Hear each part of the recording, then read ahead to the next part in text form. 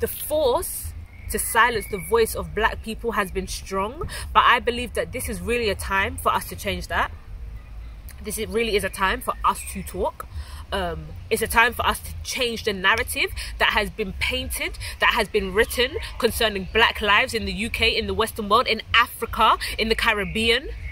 In order to work against the stereotype portrayed in society by deeply racist systems, like, the work is serious, and if we're not careful, we will just fall into the stereotype. We will actually be part of the play that is going on. We'll be part of the narrative. Welcome to our channel, guys. If you're new, if you've never been here before, my name is Shaneka. My name is Lucky. We are a black couple and today we just want to talk about why Black Lives Matter to us and where we sit concerning the situation. Obviously with George Floyd dying recently, obviously being killed as a result of a white police officer putting his knee on his neck, causing him to die. We have just gotten to a point where we are fed up and we are voicing this, which is what needs to happen. For a number of days there was people all over social media talking about this situation, and I didn't even know personally how to process it. Like, it was really tough to, for me, seeing the picture was enough. The picture, it just caused so many feelings within my body, and you're thinking, how can someone do that? I can't even begin to imagine the pain that George Floyd was under at the time that this was happening. Yeah, it's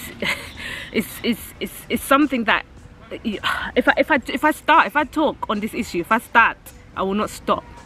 Go on, baby, keep going. We are, as I mentioned, we are a black couple, and particularly me, I'm passionate about black people. I always have been, and so yeah, I just thought, you know what, I need to just pen my thoughts on this situation and just offload and express how I'm feeling and just express kind of where I'm at. So earlier today I was just typing on my phone. I was just typing away, and my thoughts and my feelings were coming out, and I was just getting to a place of being able to process this whole kind of situation. And I just really had an urge to share that with you guys.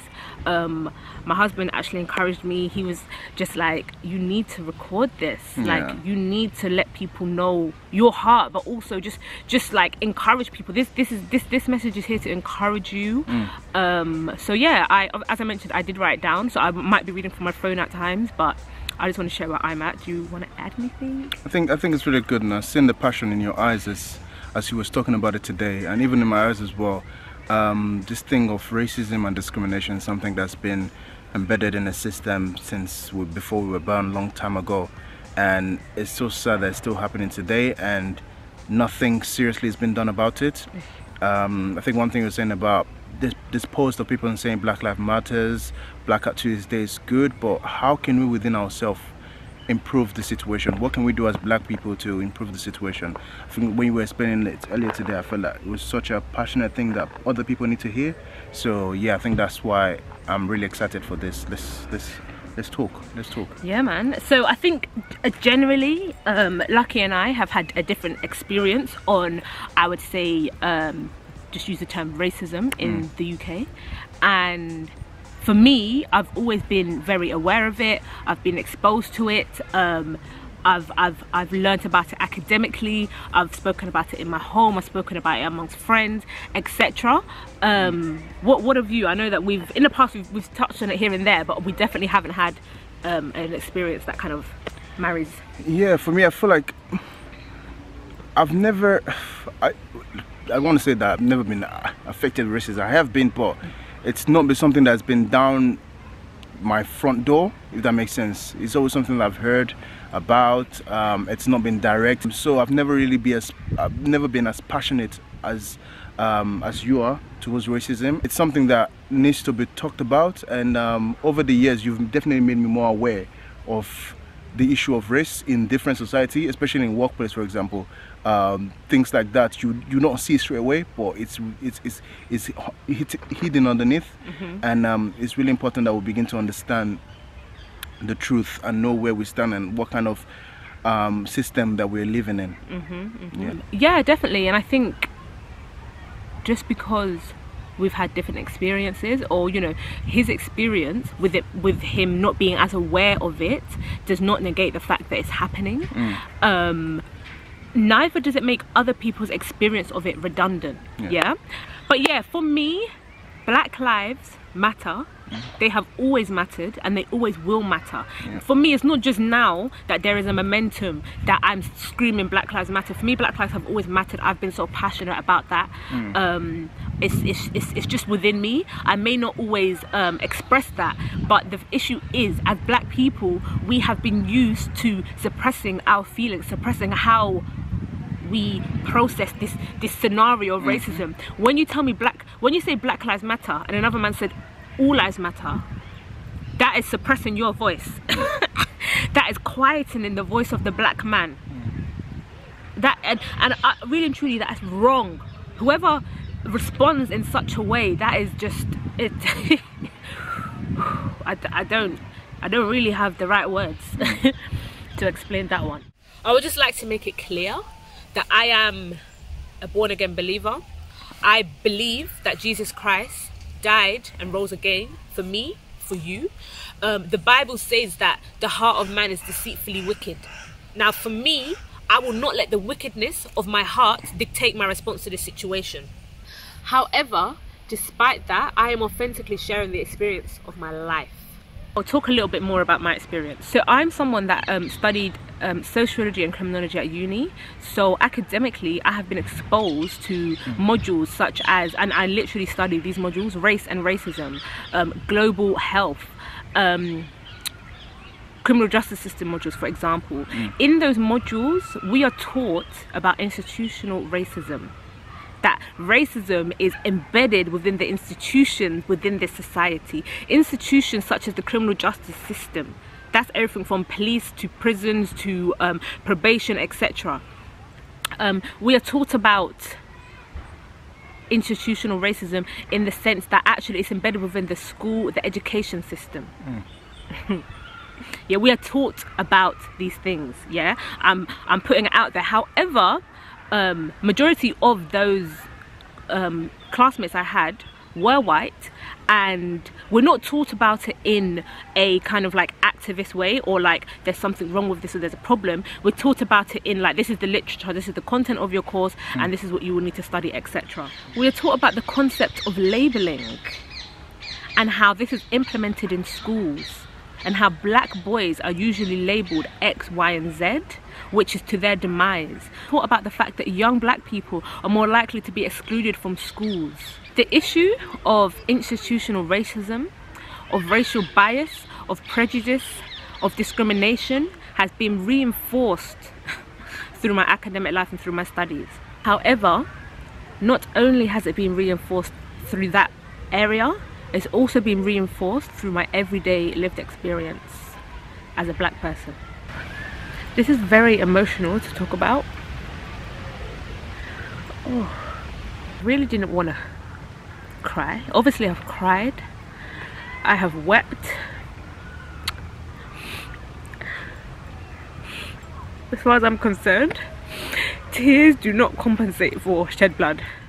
We are actively, daily, but more times subconsciously fighting against a system that has been designed to tear us down. And so as Black people, we are strong. Yeah. And as a Black person, whenever you get the opportunity to, you should tell your Black brothers and sisters how strong they are. Our ability to be resilient is so ingrained within us that sometimes we don't actually know how strong we are. I remember being told this by my mum and my stepdad, and I'm someone that actually went to a predominantly white secondary school. I was one out of 4 Black girls in my whole year, and so yeah, and so they made sure that I was aware that actually I kind of need to represent, if that makes sense. And even that, I remember a few years ago talking with a friend of mine, and we were like, we are tired of having to try and represent. the whole black population within the UK when we're in a white space, but more time that's when you're at work. As a black person, 9 times out of 10 we are the minority in the workplace. So then it becomes how Shaneka acts. Oh, that's how black people are. What Shaneka says, oh, she's speaking for the black people, when actually no, I'm speaking for me. Do you know what I mean? And so it can get very difficult, very difficult. So yeah, I was one of 4 black girls, and they were actually African. Now, especially in the 90s and the early 2000s in the UK, there was actually a huge division between the African and the Caribbean community. So I didn't even have like a strong connection with them. Of course we could bond on the fact that we were black and we were the only black girls, but it wasn't as deep as it could be, because there was there was clear division between us, if that makes sense. Our African and our Caribbean communities were divided. We were not united. We were encouraged to pick at our differences instead of celebrating our similarities. Yeah. Now this is perpetuated by the system that we're in. Yeah. This is the fruit of racism. Instead of celebrating our similarities, we have been taught, not only are you going to fight against us as white people, you should fight against each other. Yeah. Let's bring more and more disunity to this community, so they cannot unite, so that they cannot be people of power. Let them be people of destruction. Not only will we destruct them, but they will destruct themselves. It's deep, guys. It is so deep. So for you to tell me all lives matter,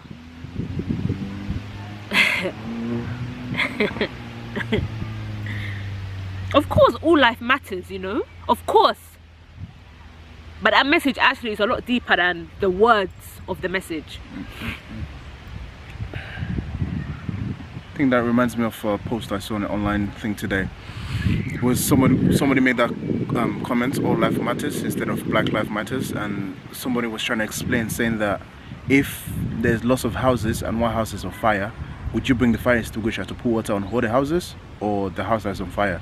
So if black life is being destroyed and we say black life matters, it doesn't mean the other life doesn't matter, but black life is the one that's on fire at the moment. So that's the life that we should try and bring out the awareness to everyone else, to let them know that we matters, we are in trouble.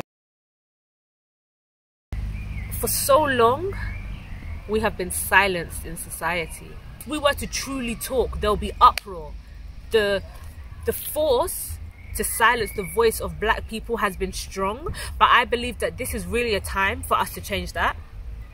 This really is a time for us to talk. It's a time for us to change the narrative that has been painted, that has been written concerning black lives in the UK, in the Western world, in Africa, in the Caribbean. I think for me, it's very easy to talk on social media. It's very easy to repost these sort of things. What you're doing online is great, but what are you doing offline? Because for me, they need to marry. If not, let what you're doing offline scream louder. What are you doing to build solidarity within the black community? What are we doing to, if we need to reach out and teach our white friends, if we have them, what are we doing to teach them about our experience, and also to just teach them about the history, in order to work against the stereotype portrayed in society by deeply racist systems? Like, the work is serious, and if we're not careful, we will just fall into the stereotype. We will actually be part of the play that is going on. We'll be part of the narrative. Stereotypes such as black women are loud and aggressive. I'm sorry, leave black women alone. Leave them alone. There's so much more to black history than slavery. So much more. Even within the UK, the impact black people have had historically, and you want to now teach in schools that, okay, when we talk about black history, we are looking at slavery and slavery alone? Have you ever just thought about, you know, Black Lives Matter is fantastic. Have you ever thought about where the majority of black lives will be found? Because it's not going to be in the Western world. It's not over here.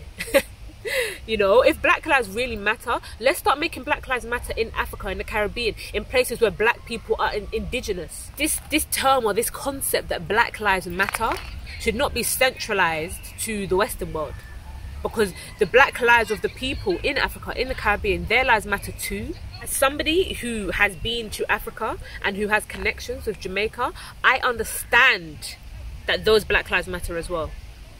And not only do I understand that, I am passionate about that.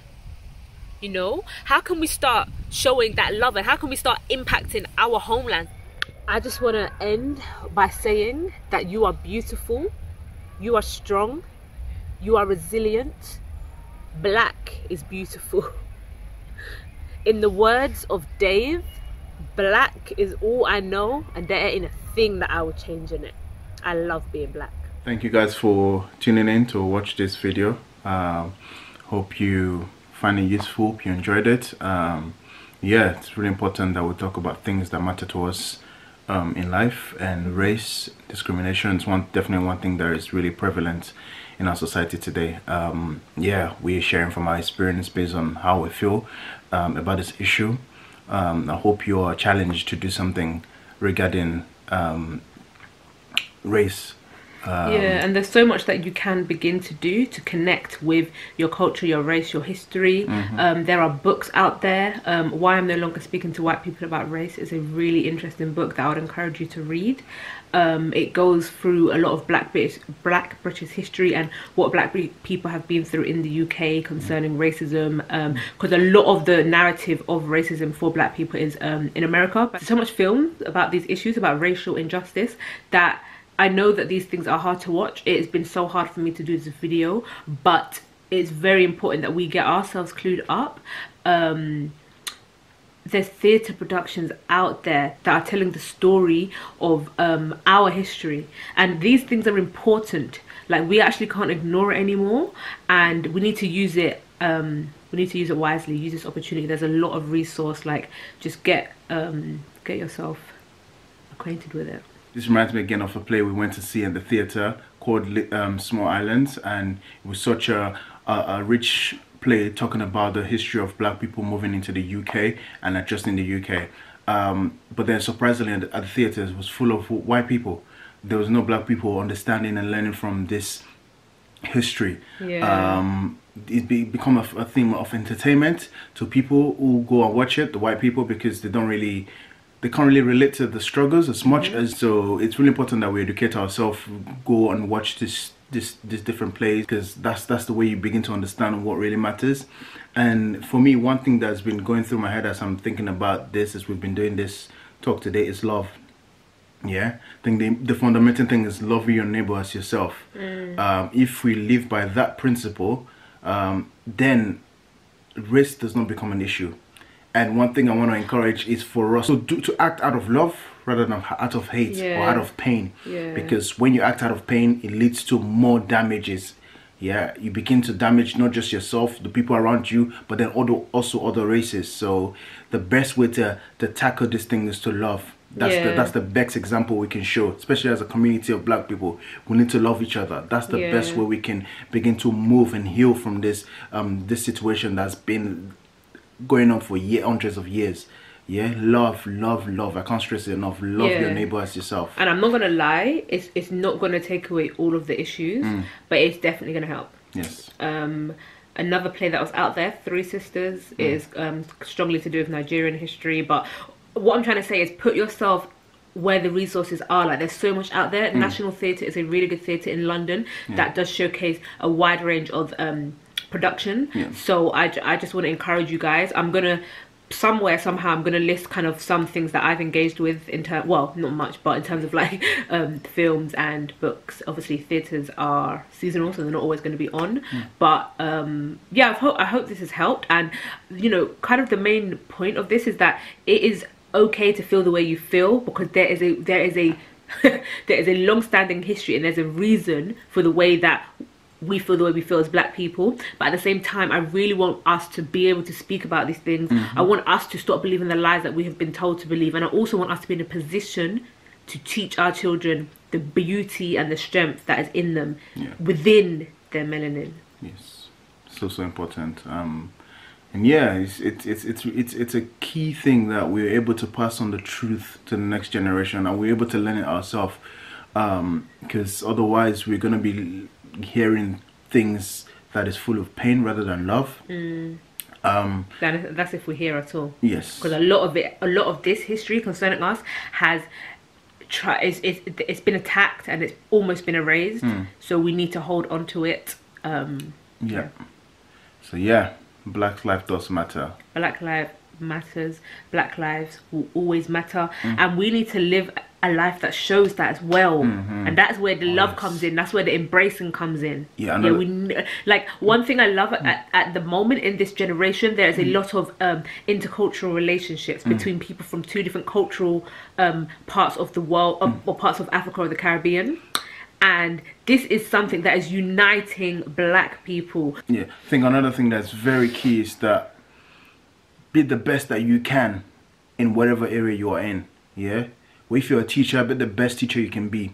Yeah, if you're a lawyer, be the best lawyer you can be, because that's how you begin to make that changes, by representing us. Yeah, into the society in a very good manner. I think people have been stuck with stereotype over the years, but be the best you can be in whatever field you're in. It's so important. Yeah, if I'm gonna be an engineer, I'll make sure I'm the best engineer I can be. Pursue excellence. I think it's really important that we that way we can begin to build generational wealth that can help the next generation. Absolutely, man. This is for our future Black kids. As much as it's for us, it's for our future Black kids. Like, we want them on a firm foundation. We love them already. They're not here. We love them. And we need to do what we're doing now is to show that we love them and we're here for them. So thank you so much. Thank you very much. Hope you've learned from this and hope it's been encouraging. Yeah, we love you guys. Until our next video, take care, stay blessed. Bye-bye.